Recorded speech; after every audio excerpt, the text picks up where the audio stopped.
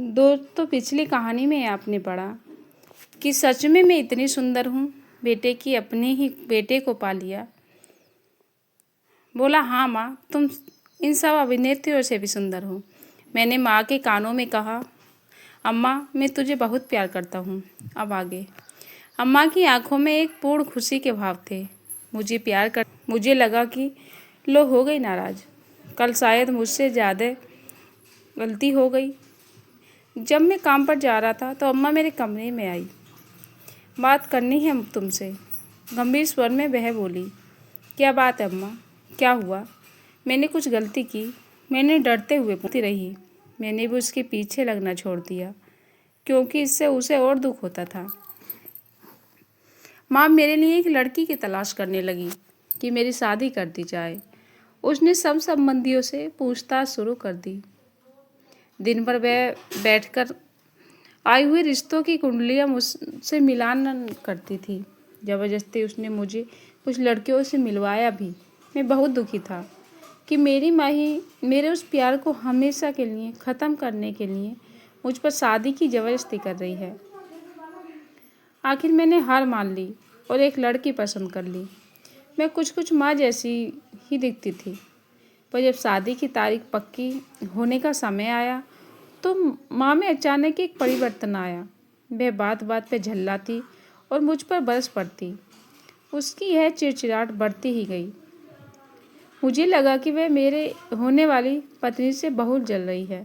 आखिर एक दिन अकेले में उसने मुझसे कहा, सुंदर, बहुत दिन से पिक्चर नहीं देखी, चल इस रविवार को चलते हैं। मुझे खुशी भी हुई, अचरज भी हुआ।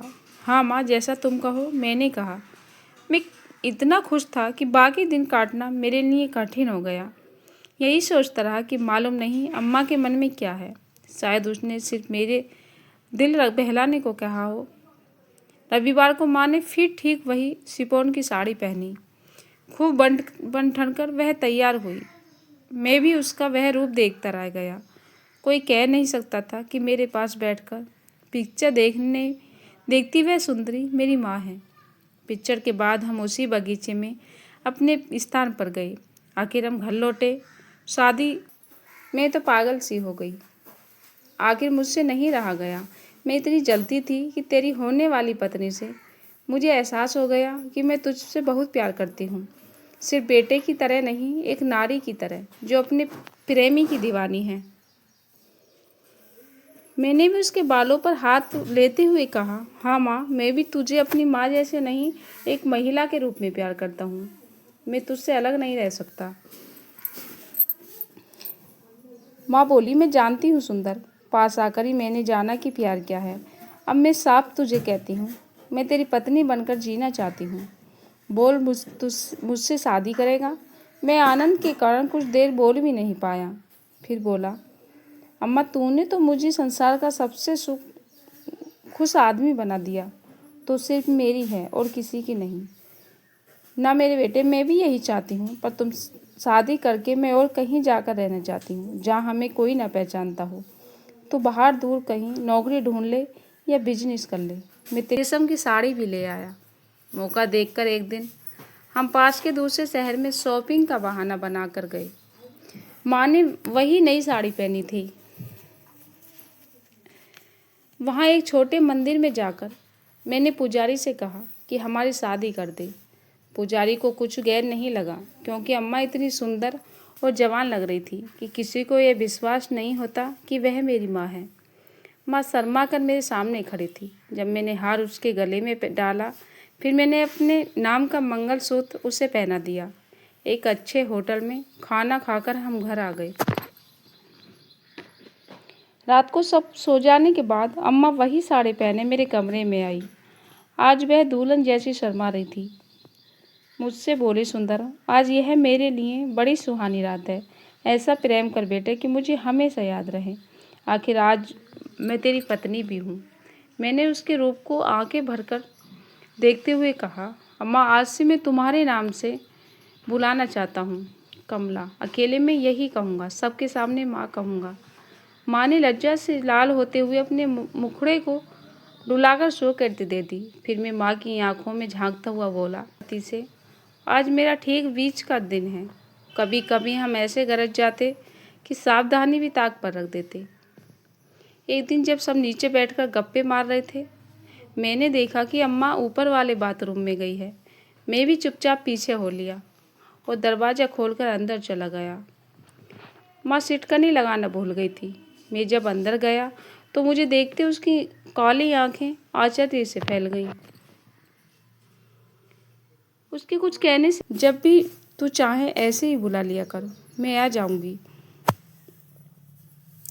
अगली रात को माँ खुले आम अपना तकिया लेकर मेरे कमरे में आ गई। मैंने पूछा तो हंसते हुए उसने बताया, सुंदर, तेरे बापू को मैंने आज बता दिया कि उनकी शराब की दुंगत की वजह से मुझे नींद नहीं आती, इसलिए आज से मैं तुम्हारे कमरे में सोया करूंगी। उन्हें कोई आपत्ति नहीं है, इसलिए मेरे लाल आज से मैं खुले आम तेरे कमरे में सो सकती हूँ। सच अम्मा, आज से तो फिर हम बिल्कुल पति पत्नी जैसे एक साथ रह सकेंगे। उस रात के में कुछ और ही मद होता थी, क्योंकि माँ को उठकर वापस जाने की ज़रूरत नहीं थी और मन भरकर आपस में बातों के बाद हमें दोनों ही सो गई। अब सुबह उठकर माँ को उठा लेता था और फिर भी वह उठकर नीचे जाती थी। कुछ ही दिन बाद एक रात के बाद माँ मेरे पास बैठी, तभी उसने शर्माते हुए मुझे बताया कि वह मैं खुद से उछल पड़ा। आज माँ का रूप कुछ और ही था, चेहरे पर एक निखार सा आ गया था। मुझे खुशी के साथ कुछ चिंता ही हुई। दूर कहीं जाकर घर बसाना अब जरूरी था, साथ ही बापू और भाई बहनों के पालन का भी इंतजाम करना था। शायद भगवान की ही मुझ पर कृपा हो गई। एक यही कि अचानक बापू एक केस जीत गए जो 30 साल से चल रहा था। इतनी बड़ी प्रॉपर्टी आखिर हमारे नाम हो गई। आधी बेचकर मैंने बैंक में रख दी कि सिर्फ ब्याज के ही घर आराम से चलता। साथ ही घर की देखभाल को एक विधवा बुआ को बुला लिया। इस तरह से अब मैं निश्चित था।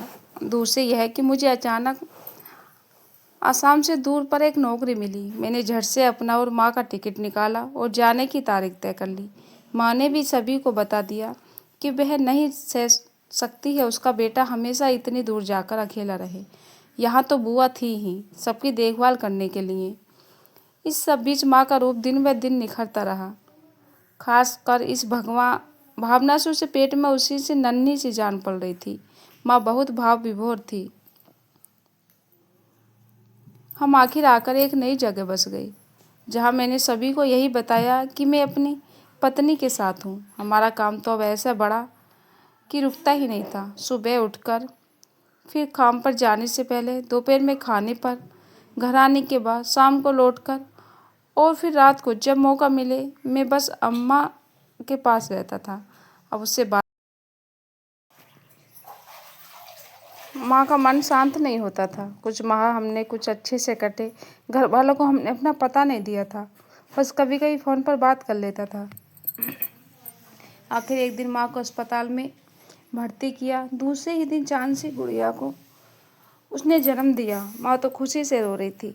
उसने ही अपनी बेटी उसने अपने कोख में जनी थी। वह बच्ची मेरी बेटी भी थी। माँ ने उसका नाम मेरे नाम पर सुंदरी रखा।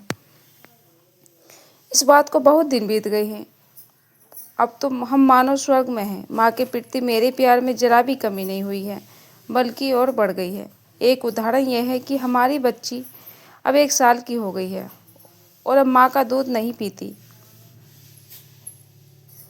इसकी शुरुआत माँ ने सुंदरी 6 माह की होने के बाद की थी। एक दिन जब वह मुझे लिटाकर सुला रही थी, वह बोली, मैंने माँ को यही कहा कि जब मैं घर हूँ वह यूं ही रह कर। उसने खुशी से ही मान लिया। घर का काम वह ऐसे ही करती रहती थी। जब वह किचन में प्लेटफार्म के सामने खड़ी होकर खाना बनाती थी, माँ को भी यह बहुत अच्छा लगता था।